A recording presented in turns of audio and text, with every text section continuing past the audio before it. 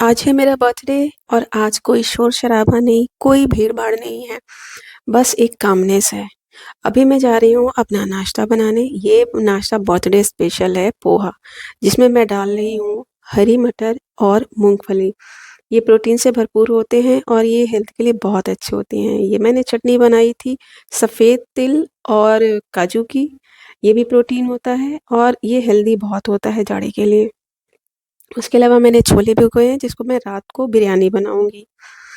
अभी मैं इसको फ्राई कर रही हूँ और जिसमें सिर्फ़ मैंने राई और हरी सूखी लाल मिर्च डाली है।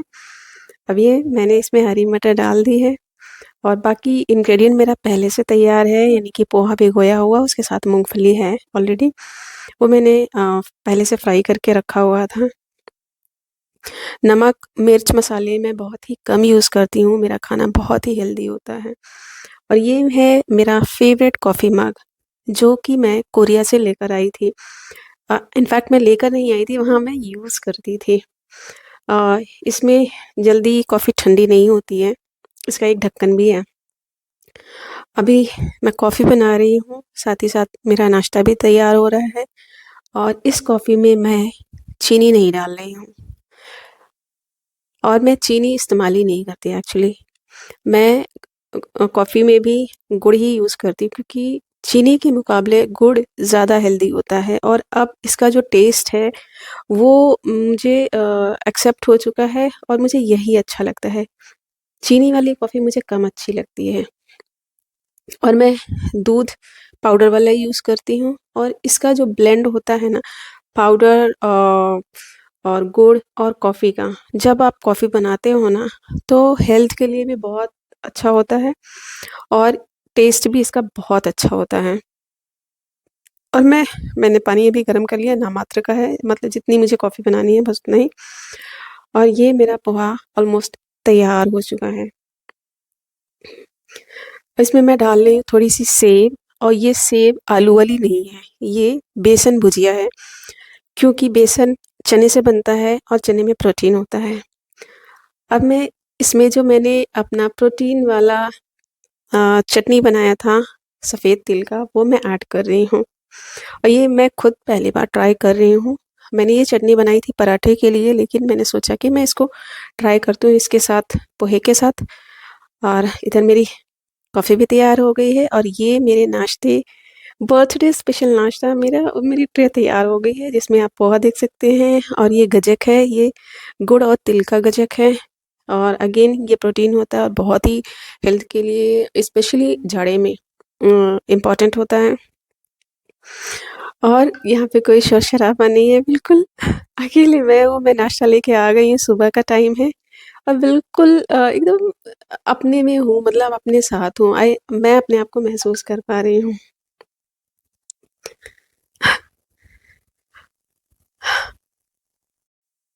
ये रिकॉर्डिंग मैं एक बार में कर ही नहीं पा रही हूँ क्योंकि मैं बहुत दिनों बाद ये एप्लीकेशन यूज़ कर रही हूँ, तो मुझे समझ नहीं आ रहा है और बार-बार कन्फ्यूज़ हो जा रही हूँ। एक एक बार में ये 4 साढ़े 4 मिनट का वीडियो है जिसको मैं रिकॉर्ड ही नहीं कर पा रही हूँ। ख़ैर, आज मेरा बर्थडे है और आज मुझे कोई जल्दबाज़ी नहीं है, कोई भाग-दौड़ नहीं है, मुझे किसी को कुछ प्रूव नहीं करना है, बस एक फीलिंग है कि आज मैं अपने साथ हूँ। मेरा मन एकदम साफ है, मुझे एकदम क्लैरिटी है कि आज बड़ी कामनेस है और नाश्ता ख़त्म करने के बाद मैं आ गई हूँ धूप लेने के लिए क्योंकि जाड़ा है और जाड़े में धूप ज़रूरी होती है। मेरे कमरे में डायरेक्ट धूप नहीं आती है, इसलिए मुझे बार-बार छत पर आना पड़ता है।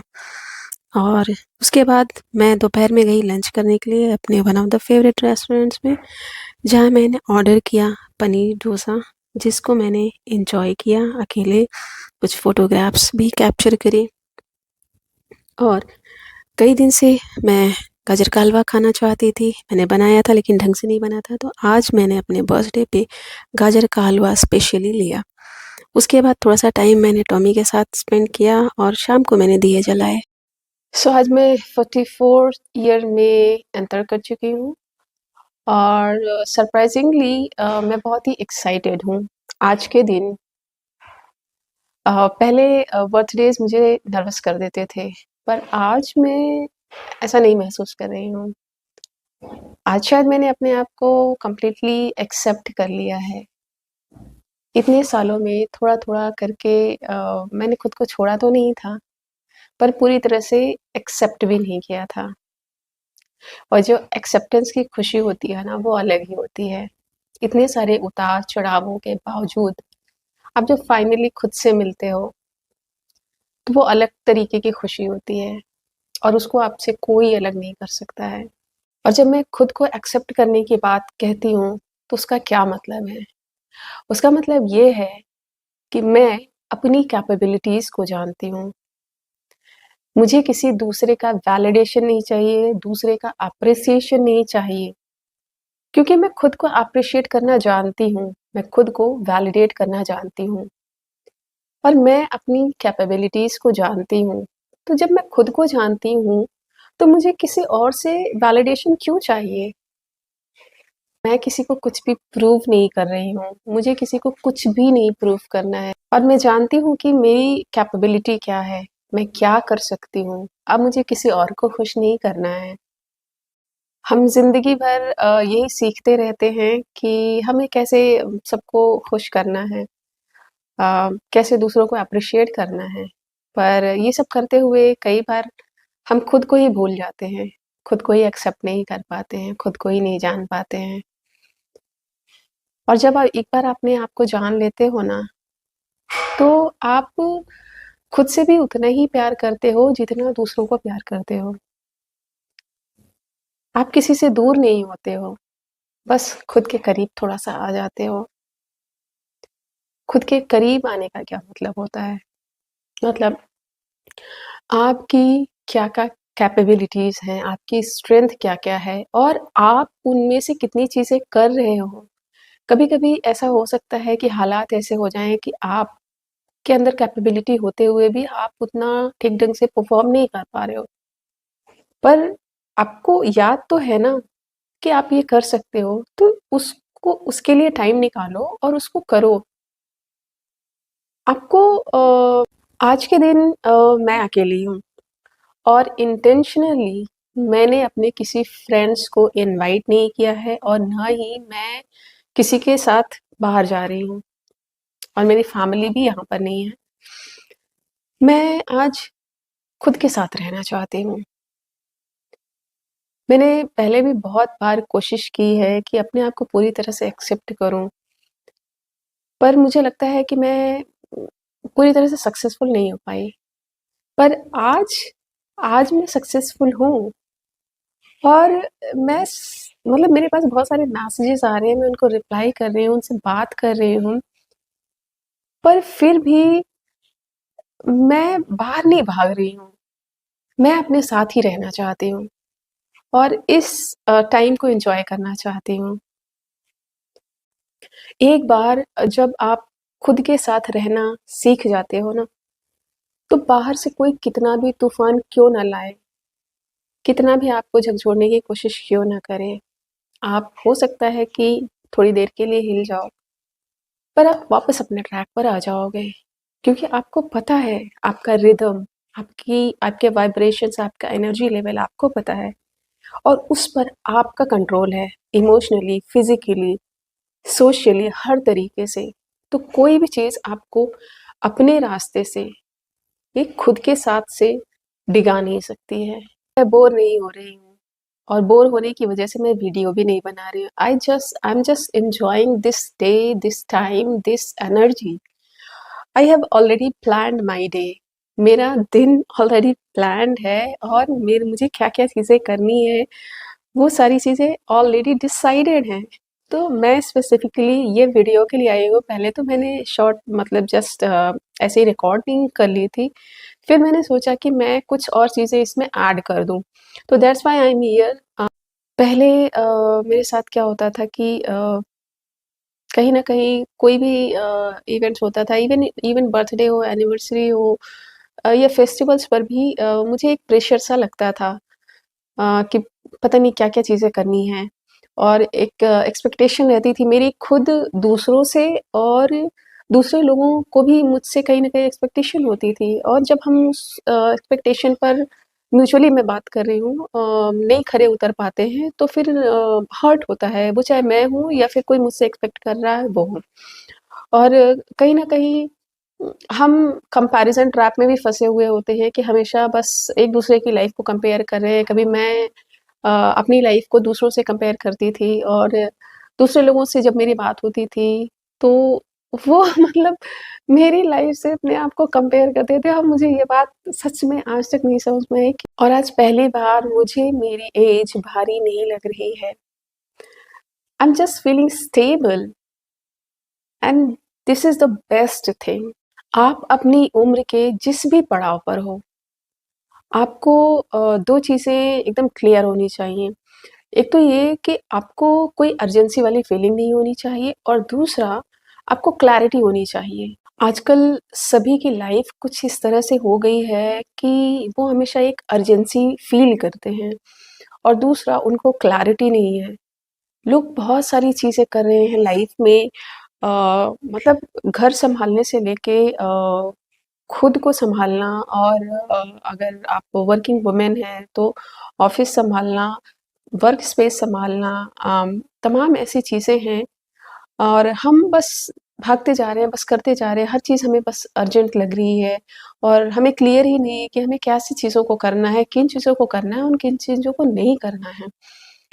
और इसकी वजह से क्या होता है कि हम मेंटली, इमोशनली एग्ज़ॉस्ट हो जाते हैं कि हमारी बॉडी हमेशा मूव कर रही है, दिमाग हमेशा हमारा सोचता रहता है पर क्लियर कुछ भी नहीं है और फिर हमें ये लगता है कि हम जब इतना कुछ कर रहे हैं तो हम खुश क्यों नहीं हैं? खुश हम इसीलिए नहीं हैं क्योंकि हम चीज़ों को क्लियरली समझ नहीं पा रहे हैं कि क्या प्रायोरिटीज़ हैं और क्या अननेसेसरी थिंग्स हैं। तो जब आप एक बार प्रायोरिटी वाइज़ चीज़ों को आपका जो डेली वर्क भी है, मैं कहती हूँ घर का भी जो कुछ भी है या आप अपने करियर में कुछ करना चाहते हैं, आप ना उसका एक प्लान बनाओ, उसको सारी चीज़ों को राइट डाउन करो और एक प्रायोरिटी लिस्ट बनाओ। तब आपको जब एक बारी प्रायोरिटीज़ क्लियर होंगी, तो आप अर्जेंसी वाली स्थिति में नहीं आओगे क्योंकि आपको पता है कि किस चीज़ को मुझे पहले करना है, किस चीज़ को बाद में करना है और किसी चीज़ को मिक्स नहीं करना और कभी कुछ हो भी जाए ऐसा, तो भी आप वापस अपने लिस्ट पे आओगे, आप चेक करोगे कि हाँ, इसको पहले करना है या इसको बाद में करना है। तो जब आप एक बार क्लैरिटी आपके पास है ऑलरेडी, तो आप आराम से चीज़ों को कर सकते हो और आज के टाइम में ये बहुत इम्पोर्टेंट चीज़ है। क्योंकि आप बहुत सारी चीज़ें कर लो, बहुत सारा पैसा कमा लो, बहुत सारी सुख-सुविधाएँ कर लो, पर आपको अगर मेंटल पीस नहीं है, आपको क्लैरिटी नहीं है कि आप क्यों कर रहे हो, किसके लिए कर रहे हो, तो फिर फ़ायदा ही क्या है? तो इट्स बेटर आप खुद को समझें, चीज़ों को प्रायोरिटाइज़ करें और उनको ऑर्गेनाइज़ करो और उसी हिसाब से उनको एग्ज़ीक्यूट करो ताकि आप क्या कर रहे हो, आपको पता रहे और आप उसको इवैल्यूएट भी कर सको और एन्जॉय कर सको। एक और चीज़ है, बहुत ज़्यादा एक्सप्लेन करने की या डिटेल्स देने की और कुछ लोग आपके आस-पास ऐसे होंगे जो कि आपसे बहुत बारीक डिटेल चाहते हैं हर चीज़ की क्योंकि उनके पास बहुत सारा टाइम है बातें करने के लिए, चुगली करने के लिए और यही कर के वो अपना टाइम पास करते हैं। पर आपको क्या करना है कि आपको इन चीज़ों को समझना है। कोई अगर आपसे बहुत ज़्यादा बात करने की कोशिश कर रहा है, बहुत ज़्यादा आपकी छोटी-छोटी चीज़ों की डिटेल लेने की कोशिश कर रहा है ना, तो आप क्विट कर दो या फिर वहाँ उनको पहले तो इस चीज़ को रिकॉग्नाइज़ करना सीखो कि बहुत बार आप देखोगे ना आपके आस-पास ऐसे लोग होंगे तो आप जब उसमें इन्वॉल्व हो जाते हैं क्योंकि उनकी ट्रिक होती है कि वो आपको अपने टॉक में लेकर आते हैं, अपने कन्वर्सेशन में आपको ज़बरदस्ती लेकर आते हैं, आपका मन हो या ना हो। तो आपको क्या करना है कि इस पैटर्न को रिकॉग्नाइज़ करना है। क्योंकि अगर आप नहीं रिकॉग्नाइज़ करोगे तो आप बार-बार ऐसी चीज़ें करते रहोगे और उसका गिल्ट भी होगा आपको। मैं ऐसे ही हुआ करती थी एक टाइम में। किसी को मना करना मुझे नहीं आता था। छोटी-छोटी चीज़ों के लिए लोग मुझसे बहुत सारी चीज़ें ऐसे पूछते थे, तो मुझे अनकम्फ़र्टेबल लगता था लेकिन फिर भी मैं उनको डिटेल्स शेयर करती थी और बाद में फिर मुझे रियलाइज़ होता था कि बेवजह था, अपना टाइम और एनर्जी दे दी, उसका कोई सेंस नहीं है और कुछ चीज़ें जानने के बाद अम, फिर वो कई बारी नुकसान भी हो जाता था कि अगला इंसान का इंटेंशन यही होता था कि वो आपको अपने कन्वर्सेशन में इन्वॉल्व करे, आपकी डिटेल्स ले और फिर उसके बाद उसको आपके ही अगेंस्ट यूज़ करे या फिर अपने प्रॉफ़िट के लिए यूज़ करे, तो वो ठीक नहीं है। तो मैं बार-बार इस चीज़ को से सफ़र कर रही थी लेकिन मैं इससे बाहर भी नहीं निकल पा रही थी। फिर मैंने इसको रिकॉग्नाइज़ करना शुरू किया और उसके बाद धीरे-धीरे मैंने इसको प्रैक्टिस करना शुरू किया। It was hard to accept completely, लेकिन धीरे-धीरे जब मैंने इसकी आदत डाली, तो अभी मेरे को पता है कि मेरे को किसके साथ बात करना है, किसको डिटेल देना है, किसको नहीं देना है। जहाँ मुझे ठीक नहीं लगता है, विदिन सेकंड्स आई डिसाइड और फिर मैं वहाँ से निकल आती हूँ कोई ना कोई बहाना बनाकर। मैं उन्हें कोई एक्सप्लेनेशन नहीं देती हूँ। तो यहाँ पर मेरी चूज़ करने की बारी है। मेरा कन्वर्सेशन मुझे किसके साथ करना है, कितना करना है, ये मैं डिसाइड करूँगी। अगला इंसान नहीं डिसाइड करेगा। तीसरी चीज़ है कि हम बहुत ज़्यादा रिएक्टिव हो गए हैं आजकल और रिस्पॉन्स हम कम करते हैं। स्पेसिफिकली मैं अपनी बात करूँ, तो मैं अभी भी कुछ हद तक रिएक्टिव हूँ। मैंने काफ़ी कोशिश करी, पहले तो इस चीज़ को रिकॉग्नाइज़ करना क्योंकि ये मेरे लिए रिकॉग्नाइज़ करना सबसे मुश्किल चीज़ था। तो रिएक्शन और रिस्पॉन्स को समझना बहुत ज़रूरी है। हम में से ज़्यादातर लोग अभी क्या है कि रिस्पॉन्सिव नहीं हैं। हम सब मोस्टली, मैं सबकी बात नहीं कर रही हूँ, लेकिन मोस्टली रिएक्टिव हो गए हैं। रिएक्टिव होने का मतलब क्या है? कि कोई हमसे कैसे अप्रोच कर रहा है, किस टोन में बात कर रहा है, किस वाइब्रेशन में बात कर रहा है, किस एनर्जी लेवल से आकर हमसे वो बात कर रहा है, हम आओ देखते हैं ना ताओ, उसी की एनर्जी में, बल्कि उससे भी ज़्यादा हाइपर होकर हम जवाब देते हैं। तो इसको बोलते हैं रिएक्टिव होना, यानी कि हमें पता ही नहीं है कि हमारी एनर्जी लेवल क्या है, हमारा पोटेंशियल क्या है। हम बस जैसा हमें सामने से जो एनर्जी आ रही है, हम उसी एनर्जी में या उससे थोड़ी-सी और एग्रेसिव होके जवाब दे देते हैं। तो वो हमें भी नुकसान पहुँचाता है और सामने वाले को भी नुकसान पहुँचाता है। तो सामने वाले का हो सकता है कि उसकी हैबिट में हो लेकिन अगर आपकी हैबिट में नहीं है, यूजुअली नहीं होता है, तो आपके बॉडी और माइंड को ये चीज़ें high vibration states, high energy states negatively affect करती हैं। फिर धीरे-धीरे ये हमारी आदत में होता है कहीं न कहीं और वो हमें हमारे कहीं न कहीं हमारे बॉडी में या माइंड में कुछ प्रॉब्लम कर रहा होता है, कोई डिज़ीज़ थोड़ा-थोड़ा कॉज़ कर रहा होता है। तो लॉन्ग टर्म में ये चीज़ें हमें बहुत ही बुरी तरीके से डैमेज कर देती हैं। तो हमें इस चीज़ को समझना बहुत ज़रूरी है कि हम हमसे जब कोई बात करे, हम तक जब कोई अप्रोच करे, तो हम उसे रिएक्ट ना करें, रिस्पॉन्स करें। रिस्पॉन्स में हम कॉन्शियसली चूज़ करते हैं कि हमें कैसे जवाब देना है। कोई कैसे भी आ रहा है, किसी भी इंटेंशन से आ रहा हो, किसी तरीके से वो आपसे बात कर रहा हो या लड़ाई-झगड़े के मूड से आ रहा हो, लेकिन हमें उसमें बिना उलझे उसको जवाब देना है। तो हम अपने आप को पहले एनालाइज़ करेंगे, अपनी एनर्जी को स्टेबलाइज़ करें और प्रॉपरली बहुत ही ढंग से चैनलाइज़ करेंगे और उससे हम रिस्पॉन्स करेंगे, ताकि सामने वाला अगर वो हाइपर है, एग्रेसिव है, तो वो शांत हो। ना कि हम उसी तरीके से जवाब दें और फिर वो और हाइपर हो जाए। तो झगड़े-लड़ाई में अक्सर यही तो होता है कि एक इंसान कोई बहुत एग्रेशन से आया, अगले ने उससे भी और हाइपर एग्रेशन से जवाब दिया, फिर उसने पहले वाले ने फिर से बहुत एग्रेसिवली जवाब दिया और फिर बहस, कहा-सुनी और बहुत सारी चीज़ें ऐसी हो जाती हैं जिनसे यूजुअली हल नहीं निकलता किसी चीज़ का। तो इस पैटर्न को समझना बहुत ज़रूरी है कि जब भी अ, आपको कहीं जवाब देने की बारी आए तो आप रिएक्ट ना करें, कॉन्शियसली चूज़ करें और रिस्पॉन्ड करें। अपनी लाइफ जर्नी में मेरे लिए सबसे मुश्किल चीज़ यही थी, रिस्पॉन्सिव होना। तो अभी मैं बहुत कॉन्शियसली चूज़ करती हूँ कि मुझे कैसे किसी को जवाब देना है और अभी मैं परफेक्ट नहीं हो गई हूँ। मैं प्रोग्रेस में ही हूँ, पर मैंने इस चीज़ को समझा और इसको अप्लाई करती हूँ, प्रैक्टिस करती हूँ। अ, और मेरा ये फ्लॉ कह सकते हो, पर मैं इसको दिन-ब-दिन ठीक कर रही हूँ और काफ़ी हद तक मैंने इम्प्रूव कर लिया है और मुझे अच्छा लगता है कि अब मैं रिएक्टिव नहीं हूँ, रिस्पॉन्सिव हूँ। आई एम सो ग्रेटफुल आज मैं जो कुछ भी हूँ, इतने सारे उतार-चढ़ाव के बावजूद आज मैं इतनी अलाइनमेंट में हूँ, मैं इतनी सारी चीज़ें कर रही हूँ, चाहे वो हाइकिंग हो, चाहे पोएट्री राइटिंग हो, चाहे काउंसलिंग हो, मेंटरशिप हो या फिर डिस्कवरी हो या फिर साइंटिफिक राइटिंग हो और मैं कंसल्टेशन भी करती हूँ। I am so grateful for my life whatever it has given me. मैंने हमेशा उसको इम्प्रूव करके ही दिया है। 10 साल पहले मैं जब अपने आप को देखती हूँ और आज देखती हूँ, तो मुझ में इतना ह्यूज चेंज आया है। कभी-कभी तो मुझे खुद यकीन नहीं होता कि ये वही मैं हूँ।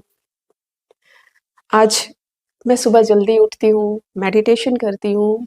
मैं पिछले 1.5 साल से मैंने एक भी दिन मेडिटेशन नहीं मिस किया है। मेरी बॉडी और मेरा माइंड अलाइनमेंट में रहता है। कभी-कभी होता है कि इम्बैलेंस हो जाता है, कुछ-कुछ चीज़ें हो जाती हैं छोटी, लेकिन क्विकली मैं वापस अपने ट्रैक पर आ जाती हूँ कि मुझे मेरी चीज़ें फाइनलाइज़ करनी है, एग्ज़ीक्यूट करना है, जो भी मेरा वर्क है, पर्सनल थिंग्स। और पिछले 5 साल से मैं अकेले ही रह रही हूँ, पूरी तरीके से अकेले रह रही हूँ और एक टाइम ऐसा था कि मैं अकेले 4-5 किलोमीटर भी हो तो भी नहीं जाने से घबराती थी। आज भी मेरे घर के पीछे की गलियाँ मुझे नहीं याद है ठीक से, पर मैं पिछले 5 साल से अकेले ट्रैवल कर रही हूँ, इंटरनेशनल ट्रैवल्स कर रही हूँ। इंडिया में भी अलग-अलग जगहों पे मैं ट्रैवल कर रही हूँ। एक चीज़ है कि मैं मेडिटेशन पिछले 1.5 साल से कर रही हूँ, जिसको मैं कभी भी नहीं छोड़ती हूँ, चाहे मैं थोड़ी देर के लिए ही करूँ, पर मैं उसे करती ज़रूर हूँ। तो I am very grateful for everything I have और सबसे बड़ी खुशी मुझे यही होती है कि ज़िंदगी ने भले मुझे कितना कुछ भी मतलब कुछ भी दिया हो, लेकिन मतलब मैंने ज़िंदगी को निराश नहीं किया। और मैं हर बार जो कुछ भी मेरी ज़िंदगी में तूफ़ान आया, तो मैं एक कदम और स्ट्रॉन्गर होकर, स्टेबल होके निकली। और आज मैं सुबह जल्दी उठी रोज़ की तरह, मैंने सोचा था कि आज मेरा बर्थडे है, तो मैं इसको थोड़ा-सा लेज़ी कर दूँगी, लेकिन मैं नहीं कर पाई। मुझे इसी में अच्छा लग रहा है। मैं सुबह उठी, अपना मेडिटेशन किया, अपना नाश्ता बनाया और उसको एन्जॉय कर रही हूँ। सनलाइट में मैं जाती हूँ क्योंकि अभी विंटर्स है, तो सनलाइट भी कम से कम आधे घंटे की या 15 मिनट की ज़रूरी है। तो वो मेरा रोज़ का काम है, वो मैं करती हूँ। और एक और इम्पोर्टेंट बात मैं आपके साथ शेयर करना चाह रही हूँ कि यूट्यूब को कंप्लीटली अब जो मैंने इस पे काम करना शुरू किया है, तो मुझे ज़्यादा टाइम नहीं हुआ है। वैसे तो मैं मतलब मेरे चैनल को 10 साल हो गया है, पर मैं इसमें कुछ ख़ास कर नहीं रही थी। कोरिया की कुछ रिकॉर्डिंग मैंने इसमें डाली थी, पर वो भी मैं ठीक ढंग से कर नहीं पा रही थी। पर अब मैं पिछले 1.5 साल से हर दिन इस पे काम कर रही हूँ, चाहे थोड़ा-सा एक शॉर्ट ही क्यों ना हो। तो मुझे याद है कि आप पीछे उस पे जाके देखना मेरे पुराने जो 1.5 महीने पुराने वीडियोज़ होंगे, मेरी आवाज़ उसमें कैसी शेक कर रही है और बहुत ऐसा लगता था कि मैं प्रेशर में बात कर रही हूँ। पर अब वो एक फ्लो में आ गया है और वो मतलब ये चेंज मैं खुद महसूस कर पा रही हूँ। तो आप अपनी ज़िंदगी में जो कुछ भी अचीव करना चाहते हो ना, तो डर थोड़ा बहुत सबको होता है, पर पहला कदम आप बढ़ाओ। बिना पहला कदम बढ़ाए आपके अंदर कभी भी कॉन्फिडेंस नहीं आएगा, फिर वो कुछ भी क्यों ना हो। तो पहली बार में थोड़ा वक़्त लग सकता है कि आप कैसे इनिशिएट करोगे। हमें अक्सर हमारी फुल पोटेंशियल तक पहुँचने में जिसका रोल होता है, वो होता है एक डर। लोग क्या कहेंगे या लोगों ने पहले कुछ हमें बोल रखा है, तो हम रुक जाते हैं, हम डरते हैं कि कहीं हम फेल हो गए तो। पर जब तक आप आगे बढ़ोगे ही नहीं, तो आपको कॉन्फिडेंस आएगा कैसे? तो अपनी ज़िंदगी में आप जो कुछ भी अचीव करना चाहते हो, जो कुछ भी पाना चाहते हो, जो कुछ भी बनना चाहते हो, उसकी दिशा में पहला कदम बढ़ाओ। आपको थोड़ा-सा डर लगेगा, लेकिन वो डर आपका अपना है, आपके अंदर है और वो उसको बाहर निकालने का तरीका ही यही है कि आप इनिशिएट करो। आप जब जो कुछ भी पाना चाहते हो ना, उसको जब इनिशिएट एक बार कर दोगे, पहला कदम जब आप बढ़ा लोगे ना, तो दूसरा कदम बढ़ाना बहुत आसान हो जाएगा और फिर इस तरह करके आप रेगुलर प्रैक्टिस करोगे, जो कुछ भी आपका एम हो और उसके बाद आपके अंदर कॉन्फिडेंस आएगा। तो कॉन्फिडेंस पहले नहीं आता है, कॉन्फिडेंस के लिए करेज इम्पॉर्टेंट है और करेज पहला कदम बढ़ाने का है, जो कि आपके डर को निकालता है आपके अंदर से। एक बार में डर नहीं निकलेगा, थोड़ा-थोड़ा करके निकलेगा। तो do whatever you want to achieve in your life. एक समय था जब मैं छोटी-छोटी चीज़ें भी बिना किसी से पूछे कर ही नहीं पाती थी। ऐसा नहीं कि मुझे आता नहीं था, लेकिन अपने ऊपर विश्वास नहीं था। और आज मुझे क्या करना है, क्या नहीं करना है, इसका सारा डिसीज़न मैं खुद लेती हूँ। और गलत भी कुछ हो जाए डिसीज़न, रिज़ल्ट गलत भी हो जाए, तो भी मैं उसका ज़्यादा दुःख नहीं मनाती। मैं फिर से प्लान करती हूँ और फिर से एग्ज़ीक्यूट करती हूँ और हर बार पिछली बार से बेहतर करती हूँ। नहीं भी होता तो भी कोई बात नहीं, कुछ सीखती तो हूँ। खुद पर विश्वास बहुत ज़रूरी है। जब आपको खुद के ऊपर विश्वास होता है ना, तो आपकी लाइफ़ में कितना भी ट्रबल क्यों ना आ जाए, पर आप अलाइनमेंट में आ जाते हो। देर-सवेर अलाइन हो ही जाते हो। आपको बिखरना नहीं है, क्योंकि लाइफ़ का तो पर्पज़ ही यही है कि आप अपने फुल पोटेंशियल में जिए। और अगर हम छोटी-छोटी चीज़ों से बिखरते रहे, डरते रहे, तो हम तो पूरी ज़िंदगी शायद डर में ही निकाल दें। तो हमें डरना नहीं है।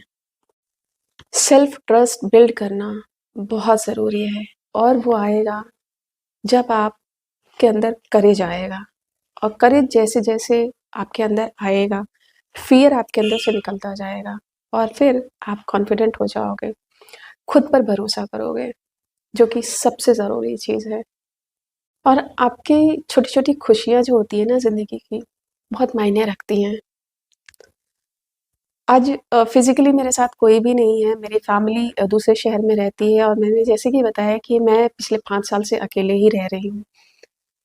पर आज की मैं बात करूँ तो जो सबसे बड़ी खुशी है वो क्या है?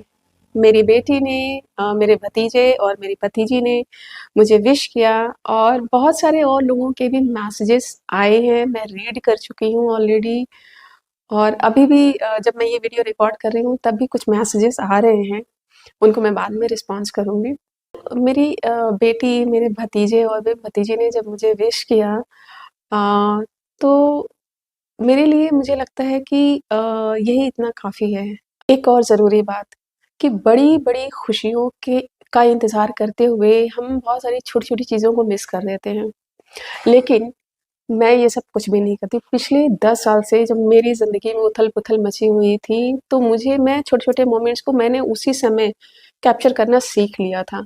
मैं नहीं चाहती थी कि मैं रिग्रेट करूँ बाद में और यही हुआ भी। तूफ़ान तो नहीं रुकते हैं, वो बीच-बीच में कोई न कोई आके दस्तक देते रहते हैं।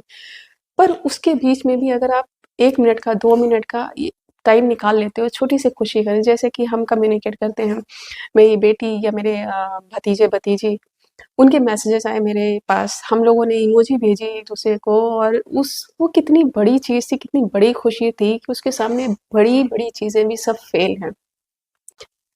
अक्सर बड़ी खुशियाँ एक टाइम पर आती हैं, पर छोटी-छोटी खुशियों का कोई टाइम नहीं होता है। आप अगर कभी ऐसा भी महसूस करो ना कि परेशान भी हो ना, तो उस बीच में भी आप खिलखिला सकते हो, मुस्कुरा सकते हो या सामने वाले को खुश कर सकते हो, अगर आप कॉन्शियस हो तो। बड़ी खुशियाँ तो अपने वक़्त पर आएँगी, पर छोटी-छोटी खुशियाँ कभी भी आ सकती हैं। आप उनको कभी भी महसूस कर सकते हो, उनको कभी भी जी सकते हो। तो ज़िंदगी में आपके कुछ भी चल रहा हो ना, कोशिश करो कि छोटे-छोटे मोमेंट्स को जी लो, छोटी-छोटी खुशियों को महसूस कर लो, किसी को दे सको अगर खुशियाँ, तो ज़रूर करना। मेरे लिए अब यही छोटी-छोटी चीज़ें बहुत बड़ी लगती हैं और बहुत अच्छा लगता है। इनको मैं जीती हूँ, महसूस करती हूँ और कुछ ऐसी चीज़ें हैं जिनको आज से मैं अपनी ज़िंदगी में आगे कभी भी दोहराना नहीं चाहूँगी। पहली चीज़ है सेल्फ ब्लेम। मेरी आदत में था कि कोई भी गलती हो गई, किसी से कुछ गलत बोल दिया, तो मैं या फिर किसी के दूसरे के साथ भी अगर कुछ गलत हो जाता था तो मैं उसके लिए खुद को रिस्पॉन्सिबल मानने लगती थी। तो ये सेल्फ ब्लेम की आदत ने मेरा बहुत सारा नुकसान कराया है। तो अब मैं सेल्फ ब्लेम आगे नहीं ले जा रही हूँ। मैंने प्रैक्टिस में डाल लिया है कि अब मैं कभी भी कुछ भी हो किसी के साथ उसके लिए मैं ज़िम्मेदार नहीं हूँ, सबकी अपनी-अपनी लाइफ़ है। तो मैं किसी और की ज़िंदगी में कुछ भी बुरा हो रहा है तो उसके लिए मैं कैसे रिस्पॉन्सिबल हूँ? मैं नहीं हूँ। सेल्फ ब्लेम में क्या होता है कि आपके आस-पास जो भी लोग होते हैं, उनके ज़िंदगी में कुछ भी गलत हो रहा होता है, बुरा हो रहा होता है, तो आप डायरेक्टली या इनडायरेक्टली खुद को रिस्पॉन्सिबल मान लेते हो। तो मैं ये लंबे टाइम तक करती आई और इसने मेरा बहुत नुकसान किया है। तो मैं सेल्फ ब्लेम अब नहीं करती क्योंकि सबकी अपनी-अपनी लाइफ़ है और सबकी अपनी-अपनी चीज़ें हो रही हैं, अच्छा-बुरा, वो उनकी वजह से हो रहा है। मेरी वजह से नहीं हो रहा है क्योंकि मैं किसी के लिए कुछ बुरा करती नहीं हूँ। दूसरी चीज़ है ओवर एक्सप्लेनिंग। तो मैंने ओवर एक्सप्लेन करना बंद कर दिया है। ये मतलब बहुत सालों से मेरी आदत में था कि कोई मुझ पे डाउट ना करे या मुझे गलत ना समझ ले, इसलिए मैं बहुत ज़्यादा डिटेल दे देती थी अपने बारे में या व्हाटएवर इट इज़ मतलब किसी भी इवेंट की बहुत बारीकी से जानकारी देना। जबकि सामने वाले का ना तो उतना इंटरेस्ट होता था और ना ही उसको ज़रूरत होती थी। तो जब कम चीज़ों में, कम शब्दों में आपकी बात कही जा सकती है, तो फिर ओवर एक्सप्लेन करने की ज़रूरत ही क्या है? तो मैं ओवर एक्सप्लेनेशन मैंने बंद कर दिया है। अब किसी को कुछ भी सोचना है, मेरे बारे में वो सोच सकता है। मुझे पता है कि मुझे कम रिस्पॉन्स देना है, दैट्स तीसरी चीज़ है इमोशनल लेबर। सालों तक मैंने बहुत इमोशनल लेबर किया है, दूसरों की लाइफ़ में, दूसरों की प्रॉब्लम्स में, उसको अपना समझ लिया और मतलब कई बारी तो ऐसा होता था कि अगले इंसान जिसकी प्रॉब्लम है, उसको ही कोई फ़र्क नहीं पड़ता था कि वो कैसे हैंडल कर रहा है और उसके लिए मैं इतना परेशान हूँ मैं उसके लिए सॉल्यूशंस निकाल रही हूँ, पर उसको कोई फ़र्क नहीं है कि मैं उसके लिए क्या कर रही हूँ। तो ये इमोशनल लेबर होता है जो आपकी एनर्जी को आपसे निकाल कर दूसरे को दे देता है। तो उनकी चीज़ें ठीक होती हैं पर आप अपनी चीज़ें ख़राब कर लेते हो। तो इमोशनल लेबर आपको हर जगह नहीं करना है। कुछ जगह हो सकती हैं कि जहाँ आपका ये इमोशनल लेबर ज़रूरी होता है, आपके अपने बहुत सारे रिश्ते होते हैं। कभी-कभी प्रॉब्लम्स आ जाती हैं चाहे फैमिली हो या कोई भी हो, तो थोड़ा बहुत वहाँ पर चलता है। लेकिन आप जितने लोगों को जानते हो, उनमें से कोई भी आके अपनी मतलब प्रॉब्लम तो कोई भी शेयर कर सकता है ना? लेकिन प्रॉब्लम कोई आपसे शेयर कर रहा है इसका मतलब ये नहीं है कि आप इमोशनली पूरी तरह से उसमें इन्वॉल्व हो जाओ। आप अपनी बाउंड्री बनाओ, उनको थोड़ा बहुत आप कर सकते हो, सॉल्यूशन दे सकते हो तो इट्स फाइन। लेकिन इतना ज़्यादा काम मत करो कि आप अपनी चीज़ें ही आप खुद ही घाटे में चले जाओ। कई बार ऐसा करने से ऐसा होता है कि दूसरों को कोई फ़र्क नहीं पड़ता है। अगली चीज़ है वेटिंग फॉर परमिशन। मुझे अपनी ज़िंदगी में क्या करना है, क्या नहीं करना है, मुझे क्या अचीव करना है, क्या नहीं अचीव करना है, मेरा पोटेंशियल क्या है, मुझे अगर कुछ सीखना है, कुछ एक्सप्लोर करना है, तो मुझे किसी और के परमिशन की ज़रूरत नहीं है। क्योंकि मैं जानती हूँ, मैं खुद के ऊपर काम करती हूँ, मुझे पता है कि मुझे क्या चाहिए और क्या नहीं चाहिए। तो मुझे किसी से भी परमिशन अब नहीं चाहिए। अब मैं अपने आप को खुद ही परमिशन देती हूँ हर एक चीज़ के लिए। तो अब से I am not going to wait for anyone's permission. आप किसी भी एज के हो, लाइफ के किसी भी फेज़ में हो, इवन ट्रांज़िशन में भी हो, तो नो दिस कि क्लैरिटी लाउड नहीं होती है, क्लैरिटी हमेशा धीरे-धीरे आती है। बस हमें ज़रूरत होती है समझने की, खुद को समझने की, खुद की क्षमताओं को समझने की, खुद की चॉइसेस को समझने की, खुद को एक्सेप्ट करने की, खुद को प्यार करने की। और जब हम ये चीज़ें करते हैं, तो हमें क्लैरिटी मिलती है। और जब एक बार हमें क्लैरिटी मिलने लगती है, तो हम अपनी लाइफ़ को अपने फुल पोटेंशियल में जी सकते हैं या कोशिश तो कर सकते हैं, ताकि हमें बाद में कोई रिग्रेट ना हो कि हमने अपना टाइम बर्बाद कर दिया। आप ज़िंदगी के किसी भी फ़ेज़ में क्यों ना हो, कुछ भी आपके साथ चल रहा हो ना, खुद से कनेक्शन बनाए रखने की कोशिश करना और हमेशा अपने आप को, अपनी कैपेबिलिटीज़ को एक्सप्लोर करने की कोशिश करो। और जितना आप अपने आप को एक्सप्लोर करने की कोशिश करते हो ना, उतनी ही ज़्यादा लाइफ़ में क्लैरिटी आती है। और क्लैरिटी हमें फिर अपनी लाइफ़ को पूरी तरह से जीना सिखाती है। और हमारी लाइफ़ का पर्पस ही यही है कि हम जब जाएँ इस दुनिया से तो हमें रिग्रेट ना हो।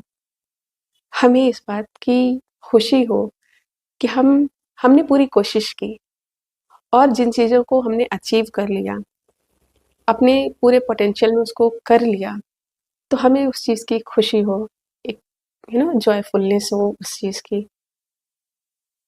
तो गेट क्लैरिटी।